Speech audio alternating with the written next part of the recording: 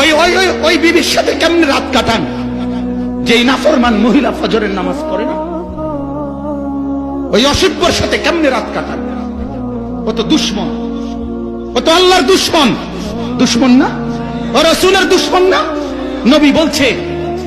নবী বলছে ফজরের নামাজ না পড়ে ঘুমায়, সেজদা না দিয়ে ঘুমায়, তার উপরে মাখলুকাতের লানত, সমস্ত ফেরেশতার লানত, রব্বুল আলামিনের লানত, খোদার গজব তোর উপরে, রাসূলের গজব তোর উপরে, ফেরেশতার গজব তোর উপরে, সমস্ত সৃষ্টির গজব তোর উপরে, লানত তোর উপরে, অভিশাপ তোর উপরে।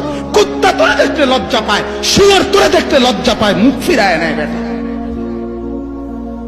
মুসলমান কলিজার মধ্যে যদি বলেন হুজুর এত শক্ত করে বললেন কেন, গায়ে লাগবে। আরে বেটা তোর আড্ডিত লাগো, আমি এটা চাই। আমার কলিজার ব্যথা হইল গায়ে লাগবে না, শুধু আড্ডিতে লাগুক।